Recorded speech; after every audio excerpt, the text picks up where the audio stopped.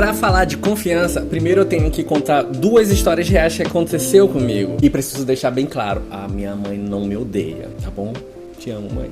Minha amiga Bia, super fã de uma casa impecável e com mania de limpeza, toda vez que ela ia lá em casa, ela limpava lá, varria, enfim, sala. Aí ela me chamou na sala e perguntou quem é que tava ali. E aí eu fiquei em choque porque eu pensei, como é que ela sabe que alguém esteve aqui? Mas eu falei na moral, tipo, tinha uns caras aqui, um brother meu, pá. E aí ela me mostrou uma sacolinha que ela tinha achado embaixo do sofá. Uma sacolinha que os caras enrolam entorpecente. Só que aí eu não sabia disso. Eu fiquei em choque também. Eu fiquei surpreso, né, em saber que aquilo ali tava ali, porque até então eu tinha visto o cara fazendo as marolas dele lá na rua e tal. Depois da minha explicação, aí ela falou assim, então quando eu vi isso daqui, logo eu pensei que tinha alguém por aqui, porque eu sei que você não é de fazer essas coisas. Ou seja, em nenhum momento ela cogitou que aquilo ali fosse meu, que tinha alguma relação com a minha pessoa. E ela não fez minimamente sequer um questionamento em relação à associação daquilo comigo. E uma outra situação foi que num belo domingo, a família toda em casa, tava eu deitado no meu quarto.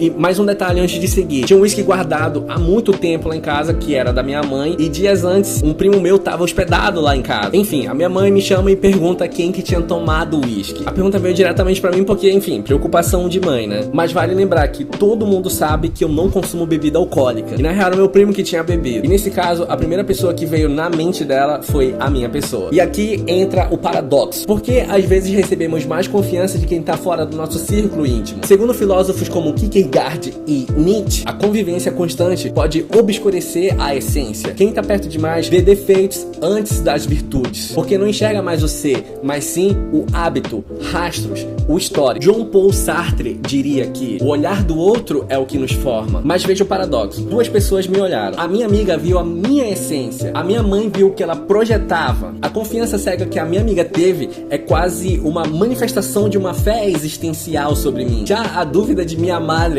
expressa o conflito do que ela vê e o que ela teme que seja. A atitude da mamãezinha revela um conflito entre o afeto e o reflexo cognitivo de controle.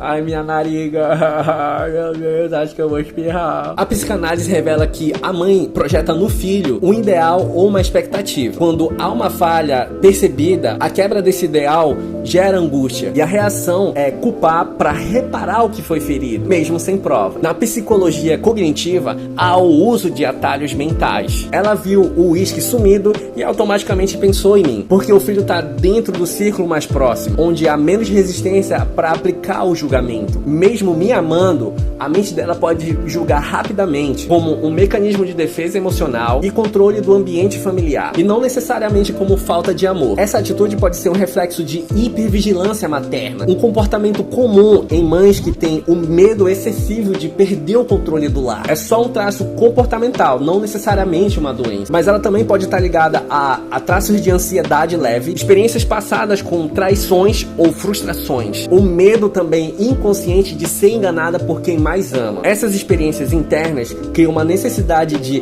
prevenir antes de entender, e é o que faz agir por impulso emocional. Fazendo uma análise psiquiátrica, a atitude dela pode vir de um lugar de ansiedade e controle, típico de mães que carregam o medo inconsciente, perder o domínio sobre o que amam. Conversando com um amigo meu, eu lancei a seguinte ideia: as mães estão malucas, só que tá na hora da gente recompensar aquilo que deixou elas malucas ao nos criar. O mundo tá insano e elas nem sabem o que a gente sabe sobre o mundo moderno. Nós somos monstros que conhecemos a maldade do mundo atual. Meio que os monstros que elas enfrentaram para sobreviverem até aqui são infinitamente mais dóceis dos monstros doentios que a gente conhece e enfrenta no mundo moderno.